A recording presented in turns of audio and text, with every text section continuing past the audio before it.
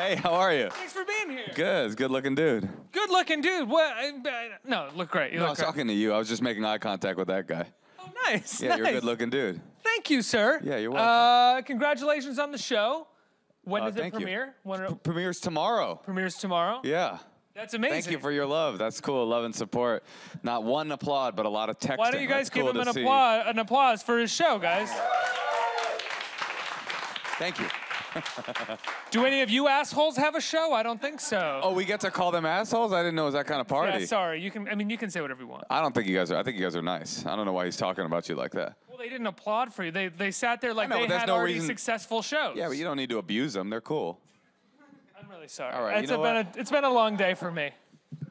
Moshe, so tell me about the show. It's called Problematic. From what I've seen, you're sort of tackling these sort of big social issues, or the issues that are sort of in between us when we talk about what's going on. Yeah, it's kind of like rather than discussing the political cycle, we're trying to talk about the tectonic plates underneath the political cycle, the moving ice shelf of social outrage and internet culture that kind of moves the conversation socially. So we're doing our debut episode is tomorrow. We're talking about cultural appropriation. Then next week we're talking about is the internet ruining your brain? That one's for you, AOL. And we're not doing that. Don't worry. No. Everybody but AOL, though. The other companies are nefarious and weird. AOL, you've got ethics. That's a good joke, and I think you should all... They are assholes. I take it back. Yeah, I told you. You had a spot-on analysis of this group. You made me backtrack that, and now I feel bad for lying. So when you're talking about these issues, how do you not dive into the sort of political day-to-day that's going on? Because so often the day-to-day of what's going on is made up of these tectonic issues. Yeah, for sure. And I think like sometimes they've become our way in, right? So like, we did this episode about cultural appropriation. We might do a joke or two about Rachel Dolezal, but not a whole episode about her, if that makes sense, right? And so it's like the news. What I didn't want was for Trump to be the editor-in-chief of my political show. I didn't want to always be talking about the same topics that every other liberal talking point political show is talking about. I'm not interested in that conversation. And I think other people are having that conversation better. I think you can't out Oliver, you can't outdo Samantha Bee, so why not talk about things from a slightly different angle? We always wanted to take like the 90-degree way into the conversation. And, so we're talking about things that I don't even know if I agree with. Some of the episodes are like the liberal case for guns or the dark web and finding areas of the world and culture that are sort of morally ambiguous and diving in. Like a lot of... The libertarian area. Right. I mean, a lot of us, what's happening in dialogue and discourse right now is the moment that you approach a person who disagrees with you is the moment you stop listening and stop talking, and I sort of feel like that's when it's time to begin the conversation. Or like what I just did, which was categorize immediately. Categorize these people as assholes is what you're saying. I categorize you as very nice. And then also the libertarian element of the conversation, But I think what's interesting about that is, for instance, the first subject that you're talking about right now is cultural appropriation that you're going to be going into. Did you worry about talking about that as a white guy? Did you worry about how you would come off or how you could be empathetic or the criticisms that you could receive? Well, what I will say was there was a weird moment in the taping of the episode when we invited a Native American community leader to come, and one of the realities of television, especially on Comedy Central, is that I'm making a 22-minute show about these deep dive social issues that are really dense and important and impactful, and that also has to be a comedy. That has to be funny and has to be 22 minutes long. And there was this Native American community leader that we invited to come talk and talk about the Native American engagement with cultural appropriation, how it affects Native peoples, blah blah blah. And he gets up and he gives this speech that's really beautiful and impactful and powerful and long.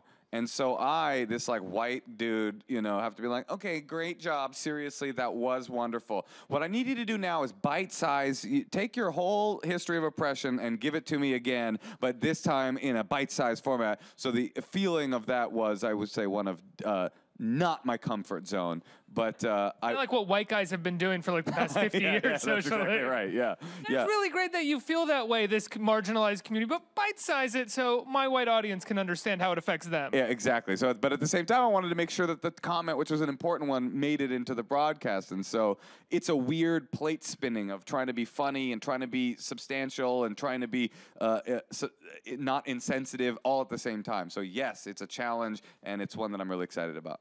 Oh, absolutely. And I think what's interesting is that, you've had these podcasts for a long time that you've been a part of with people like Neil Brennan, who talks about these topics incredibly well. And then you do stand-up where you talk about these topics, but a network show is completely different, right? And your approach has to be somewhat different, I would imagine. Yeah, although I do think that like if there's one really good thing that has come out of such a contentious election, it's that everybody popped out of the feeling of everybody came to this realization that we have to start having real conversations, this hyper realization that we're all living in alternate realities and that people are not living in the same world even though we're occupying the same space. And so I feel like people are desperate for actual conversations with some substance and some actual engagement in topics that before, I feel like if I had pitched this show before, it might not have gone. And I feel like now I think is the time for a show like this. Do you think our Twitter outrage or our outrage in general is subsiding a little bit? No. Do you think so? Yeah, kinda. It's felt to me like, and that doesn't mean that a show like this shouldn't exist in a world that's not outraged anymore. Right. I think this show is great for right now.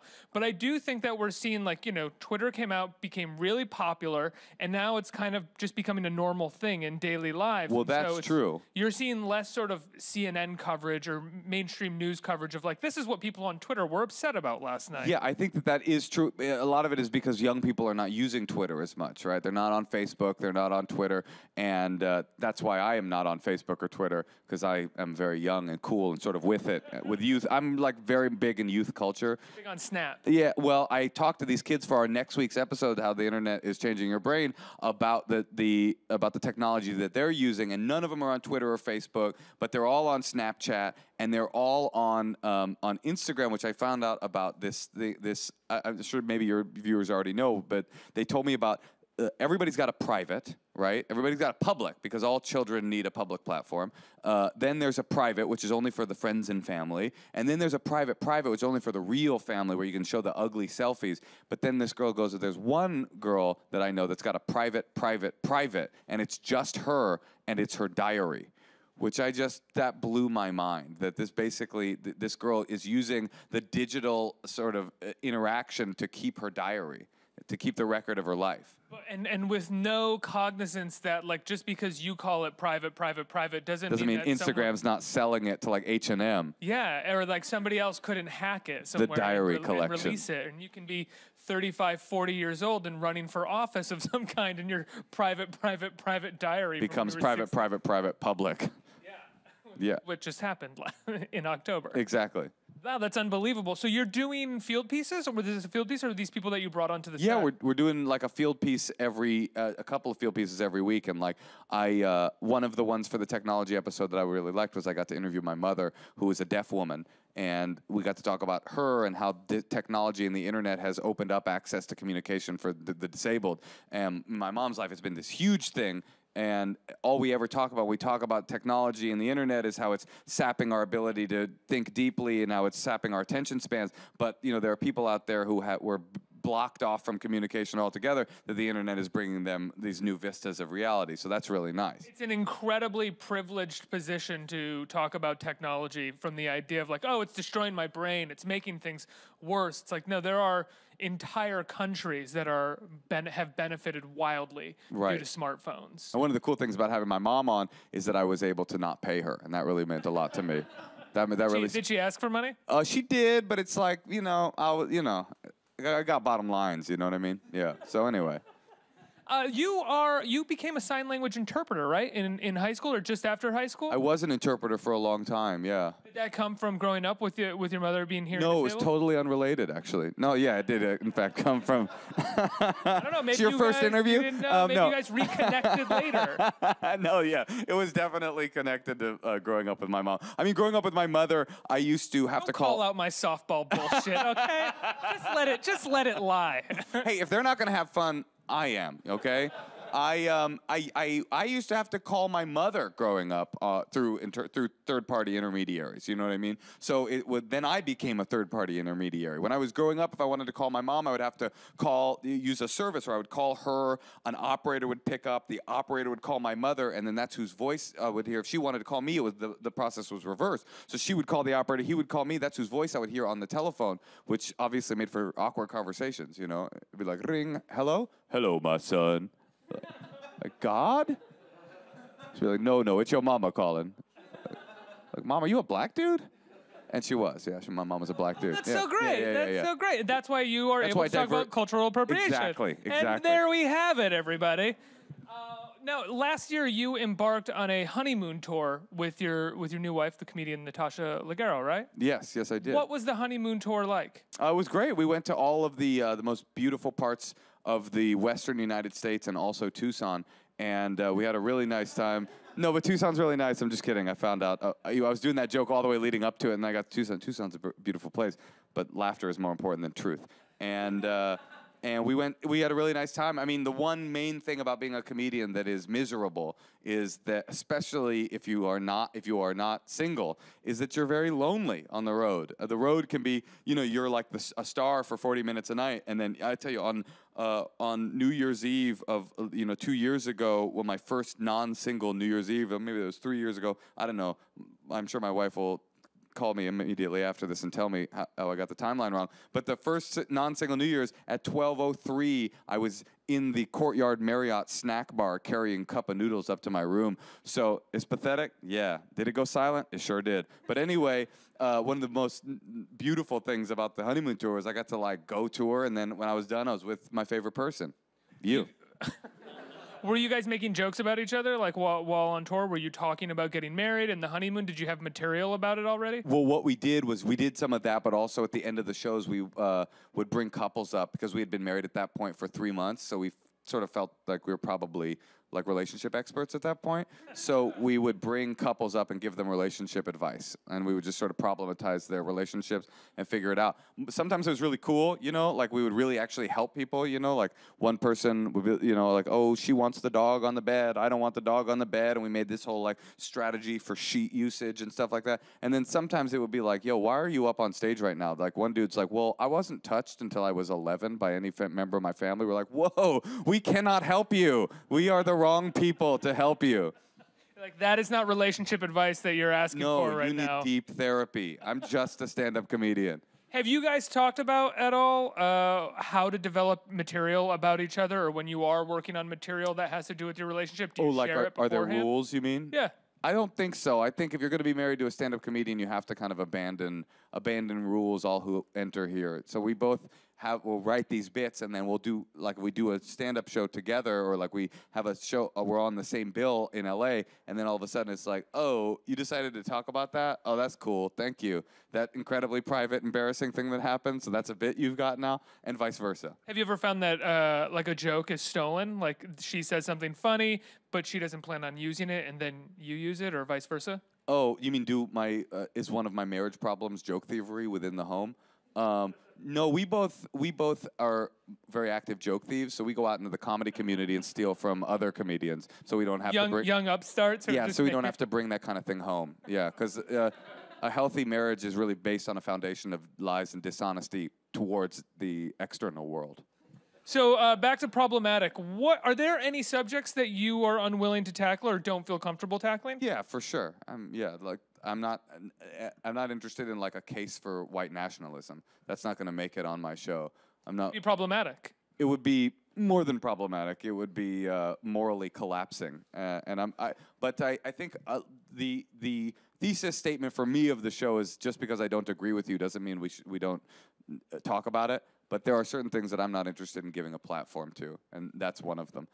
Like the alt-right and white nationalists? I would engage with an alt-right person, but I think that the alt-right and a white nationalist are two different things that are they're both encompassing one bubble, but they're two different things. And so I would talk to an alt-right guy, but I'm not interested in having racists come on. I mean, I'm a Jew. He doesn't want to come on my show. Well, has that come up in conversation at all? Like when you were developing it? Because you're developing this and you're shooting it in the midst of this sort of recent rise of the alt-right, which is going to be super brief. It's going to go. Oh, is that quick. right? Yeah, I think so. From your lips to the Jewish God's ear. Very Well, cool. it's the same thing with the neo-Nazi rise in the 90s. They fade back into their militia woods, but they exist, but they don't have as much of a platform after a certain. Is that right? I think so. Is it? I fucking hope so. Yeah, I fucking do too. I like to. This is me being optimistic and Yeah, positive. it feels very optimistic, and I hope Right? you're right. I hope you're right as well.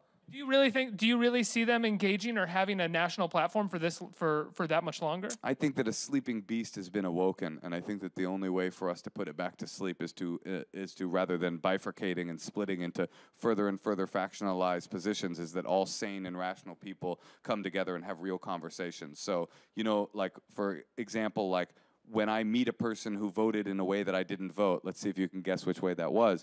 My immediate instinct. Gary Johnson. Yeah, that's right. Gary Shandling, may he rest in peace. So my immediate instinct is to say, you're bad, I hate you, fuck off. And I don't think that that's a sustainable position. I think that over the long period of time, people that are rational and sane who maybe don't agree on everything are going to have to figure out a way to make a coalition of the sane and find a way to move forward. Or the worst of us will win. I mean, this is sounding like Lord of the Rings type of shit. But basically, I want to make a comedy on Comedy Central, and it's going to be really funny. Well, you're doing it. I mean, it's incredibly funny, and it's smart conversations that you're having. It's interesting, though, that not that you're not willing to engage with white nationalists. I don't think you should engage with white nationalists. But there was a period of time in the 90s when talk shows had them on. For sure. All the time. Geraldo, Donahue. It was Geraldo, like a who big eventually deal. became a white nationalist, That's true. interestingly. Yeah. Did you see him on Fox last week? Oh, yeah. Celebrating the bombing? Yeah, he was just like, oh, I love it. Bombs. That's what was in Jimmy Hoffa's tomb. Al Capone's tomb. No, what was it? Yeah. No. It was Al Capone's tomb. All right. Wait, you talking about the one where he showed up and it was totally empty? Yeah. And he was like I embarrassed? thought that was Hoffa.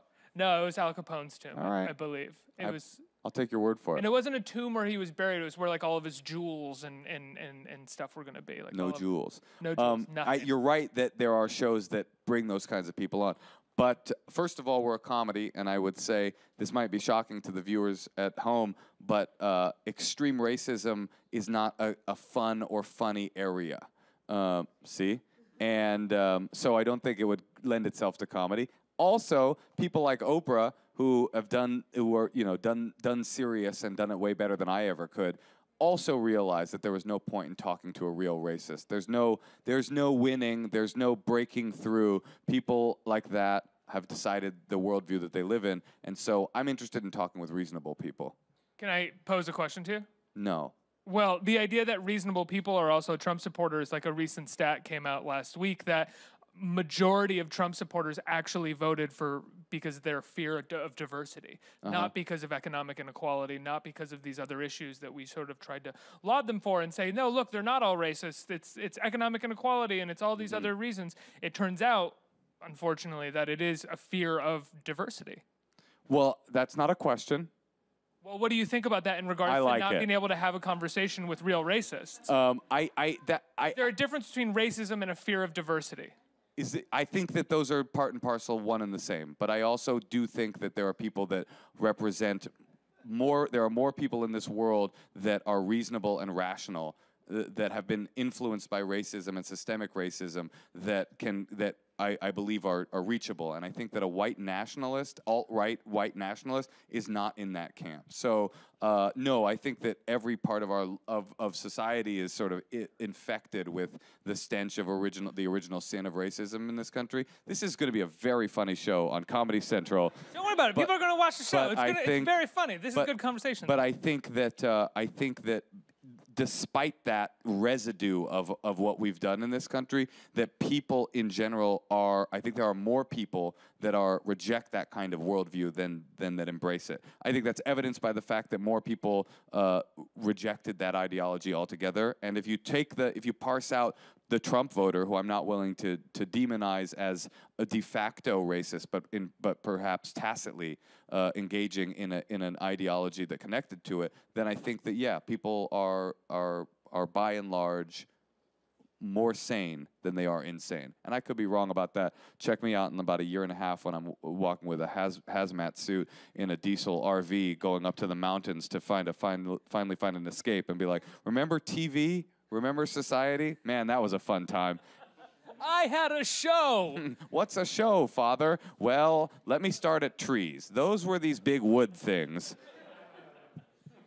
What's interesting to me about the terms like systemic racism when we talk about Trump voters and then talk about Geraldo and Fox News is that we've reached a certain boiling point where you can't even have basic conversations about racism right now in this country because there is such a large amount of people who hear the word systemic racism and go, oh, come on. Right. Because they're inundated with this these snake oil salesmen who tell them all the time that all this stuff is a liberal lie. Sure. It's impossible.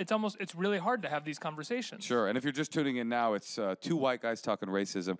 I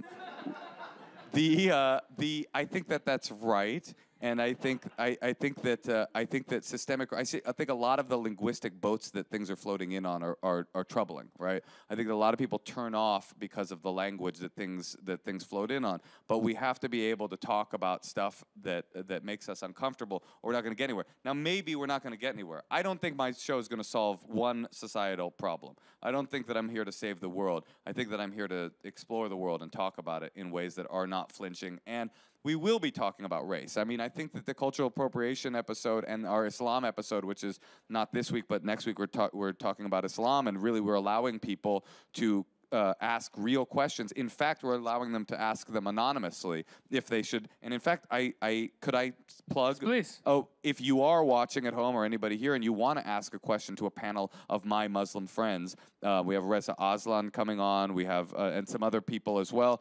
And you want to ask an honest question, you can even obscure your face. If you are at home and you don't feel comfortable asking that weird question about Islam, you can obscure your face and send it to us at problematicquestions@, and I'm very sorry about this last part, gmail.com. That's the most offensive thing I've said today. But problematicquestions@gmail.com. You can be on. You have an AOL account? Oh, I do, but I'm not going to sully it with this kind of weird racial impropriety. That's your private account. Yeah, that's my private email. From 30 years ago. My original. You think I don't appreciate AOL? I'm 37 years old. I mean, I was there when my ASL was much younger. You know, way back in the day. You new friends in the chat rooms? Straight up. AOL was a big part of my childhood. What's your screen name? I think it was Big Dick Willie 69. I'm not positive. I can't be sure. What if we had connected a long time ago? Oh, you're a Big Dick. You're my dad. But yeah, problematicquestions@gmail.com. You can seriously, like right now, go to your webcam and ask a question, any question. That, I think, asking questions that make people uncomfortable, asking questions that are perhaps problematic that you wouldn't normally ask, even under the shadow of anonymity, that I'm willing to engage with because I think that there's good that can come from that. On the other hand, like when I get the inevitable person emailing me at that email address, that's just like a litany of racist diatribes, I'm going to send that particular thing into the trash where it belongs because that's not dialogue, that's spew. I'm curious what you think about this idea that, because you seem like a relatively liberal guy, right? Sure. Lean left, I would say. Yeah, I lean back. You lean back and to the left? Yeah. That the left has become a sort of PC police. Word police culture is the left. And then that, even though lots of sort of liberal comics or sort of liberal people say that has been co-opted now by, it seems, the right, who sort of live by this idea that the left is just word police and that the right is actually sort of really the bastion of freedom of speech in this country. What do you think about that? I think that that's totally true. I think that that the left. Let's forget the right for a while, right? I'm less interested in talking about the reckoning that the right needs to come to, rather than the reckoning that the left needs to come to, because the left has forgotten who it is. Because we thought, and maybe we were right, that we won the culture war and the moral high ground in like the 1990s, right? When we started committing ourselves to trying to stamp out systems of oppression, not that that's been a perfect system, we thought we won the culture war and decided that we would leave behind principles of economic inequality and the corporatization of America that were some of the cornerstones of the liberal agenda for a very long time. And so when the neoliberals came in the 1970s, they came in and they supplanted these old school Democrats who had issues with race and oppression. They were old-fashioned and had very sticky and I wouldn't say wonderful records on race relations, but they had really robust fortitude, backbones about banking, monopolies, big business, and pernicious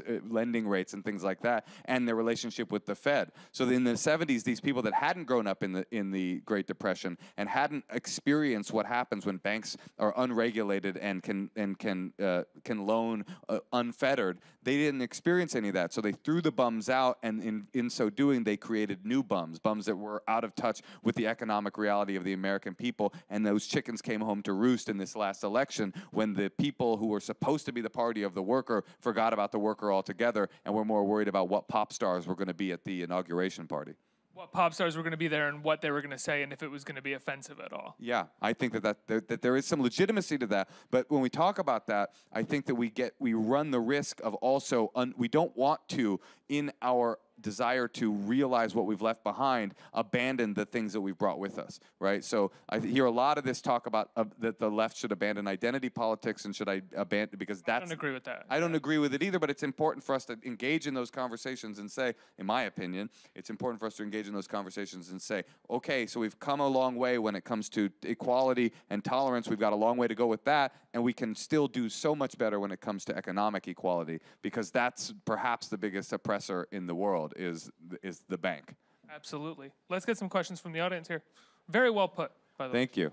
Hey, Moshe, thank you for being here. Thanks. What do you love the most about doing stand-up in New York? I would say AOL build events. I would say that's my sort of pinnacle top. In New York, I don't live in New York, so when I come, I'll tell you what I like about New York. LA, everybody in LA in the audience would rather be on stage than you. So they're always like, who's this dude, right? And in New York, there are real human beings who have real jobs. And so that's what I like. It's like a real big cosmopolitan city where not 90% of the people in the audience are like, well, I could do better than that. You know, you might think that, but you got to go back to your job. So does it make stand-up not necessarily? Does it make it easier in New York? Yeah, I think so. I think I like doing stand-up in New York better than in LA for sure. Next question. Hey Moshe, how's it going? Hi. So I was wondering, like, for your show, how do you keep yourself from forming your own opinions on the topics that you discuss, like keeping things neutral? That's interesting. I mean, I struggle with neutrality because it's both. I want to give over who I am on the show, and I want to give my opinions on a topic, but I also, when I approach the topic, I'm inviting an expert on who I know knows more about it than I do, so I also want to keep an open mind. I'll tell you, when it comes to cultural appropriation, by the time I was done with the reading material and the research for that show, I had a shift intellectually and ideologically. I came into it with a lot more kind of eye-rolling about the topic than I left, and I thought that was really cool. That, to me, really spoke to the power of people's ideas, you know? Like, I after reading as much as I did about that topic and talking as much as I did about it, I was left with this feeling of like, I still have my questions about that topic, but I really understand why people's emotions are so tied up in this. Is it important to have shows like this that don't have to remain objective? You don't have to sort of remain in that space of objectivity that standard news shows do, or comedy news shows, if you could call that, sort of filling that space? I think the primary goal of this show is to create a substantial conversation that makes people laugh. And I think, is that important? I don't want to be self-important enough to say that anything that's happening on TV is important. I think that there are much more important things happening in the world, and I think if this election reminded us of anything, it's that politics doesn't really run based upon what the entertainment shows are doing. Politics runs based upon people's needs, desires, and fears. And all I want to do is have some real conversations and have a good time. I think we have time for one more question right there. Hey, Moshe. Hey. I like your glasses, by the way. Thank you. Is that a question? No. No. I like your compliments. Thanks. Yeah. How do you pick the guests that you bring onto the show? Did you choose them, and also do you have certain guests that you didn't get to bring on your show yet that you want? Yeah, well, the guest picking process is really interesting and tenuous because, I mean, my instinct as a comedian is to just have 3 funny people on who I know will be funny and everything will be funny. But that's not the show we're making. And so, last week we had Nicholas Carr. He was a Pulitzer Prize finalist who wrote a book called The Shallows, What the Internet is Doing to Our Brain. And that he was by definition not the funniest human being in the world. And so then we were like, well, who could we get that would go well with Nicholas Carr? And then we got Baratunde Thurston, who is a comedian and kind of a futurist and a real tech guy. And then Nick Kroll came on, who's just like a full comedy guy. So it was this nice spectrum of like academic all the way to comedian. And the conversation was just really, it was really dynamite. I'm really excited about it. And is that also something that you can do as a comedian, is make sure that your questions or the way that you present your questions find a comedic angle? Yeah, for sure the questions and the way in is funny, and also one of the things that I enjoy and am good at doing after having done 2 years or so of my podcast called Hound Tall, which like a tall dog, tall hound. At any rate, not a great name, but a good podcast. We have... Wait, I'm throwing myself under the bus, and I can admit when I make a mistake, but you know what? It's the name of the podcast, and that's what we're doing. I'm just glad that you said that, because I read that, and I was like, okay, Hound Tall, and I just went with it. Right, but it was supposed to be some sort of spoonerism on Town Hall, but at any rate, I don't know what I was thinking. I thought it up in a dream, and I thought, oh, this will be cool. And then by the time I recorded 5 episodes, I asked the fans, like, should I change the name? And they were like, no, we've come to love this clunky, horrible thing. Anyway, Problematic is a nice name, but... It's a good name, yeah. I've done about 2 years of having these experts on, where we bring an expert on and have a panel of comedians riff over that expert. It's sort of like a TED Talk meets Mystery Science Theater. And so that is one thing that I'm very good at, is having a person on who's not necessarily organically a funny person, but an organically intelligent person with a lot to say, and finding a way to make that conversation fun and funny. What kind of reading material did they give you for the cultural appropriation episode? And what kind of reading material do they give you for each episode? How much do you want to research? How much do you want to read before each one? It's a lot. I'm reading about, 150 pages a week of articles and, deep dives, long reads and statistics and all, like, so I'm definitely, what's really funny about it is we tape every Thursday. And so on Friday, I just toss all of that information in the trash and like, move to the next thick pile of reading. So I'm feeling hyper informed and also like I'm on a hedonic treadmill of information. It's also a 22-minute show that's highly produced because it's 22 minutes. How often do you find that even having that material in your brain actually helps your performance as a host? Because one, you're also throwing to other people for that information a lot of the time. It's important for me to walk into a conversation with somebody that much smarter than me, at least with a kind of baseline knowledge. Like, you know what I mean? Like, before I came here today, I did study the history of AOL. I listened to that You've Got Mail voice 50,000 times as I was in the mirror. I was shadowboxing and stuff. And so watch You've Got Mail? I watched You've Got Mail backwards. Oh, wow. With The Wizard of Oz and Pink Floyd playing at the same time. It's crazy. Are there weird satanic messages? Dude, Tom Hanks is the devil. I can tell you that right now. That could just be like weird corporate messages that would come out back. I mean, those are there forwards, but maybe backwards too. But no, I think that the information is useful, and I think in general information is useful. And I think a lot of us come into this. What has happened, I think, as a result of all the litany of information that's coming at us is that we're all arguing from a place of almost no information. I don't think I'm an expert, but I think that by the time I sit down with my expert to have a conversation, I've at least gotten underneath the headline. I mean, how often do you find yourself in an argument with someone and they bring something up and you go, really? Oh, and then they go, well, I mean, I saw the headline, but yeah, that's I think funny. so. I thought you were going to ask, yes, that's happened. I thought you were going to ask something else, which is you're the one that's arguing, and all of a sudden they're like, well, did you read that book? And you're like, no. You can find yourself falling into their rhetorical trap. You're like, you have no idea what you realize you have no idea what they're talking about, what you're talking about, and they are totally probably right, and it's a bad feeling. But I usually just go like, nah, and I walk away. You don't ever want to be wrong, right? So you just drop it. I'm not particularly interested in being wrong, but it's happened once before. It was very painful. Most of the show premieres tomorrow night, right? Tomorrow night. On Comedy Central. What time? At 10 p.m. 10 p.m. Right after Comedy Top. Central. Problematic with Moshe Kasher. Moshe, thank you so much for being here. Thank you. Thanks for having me.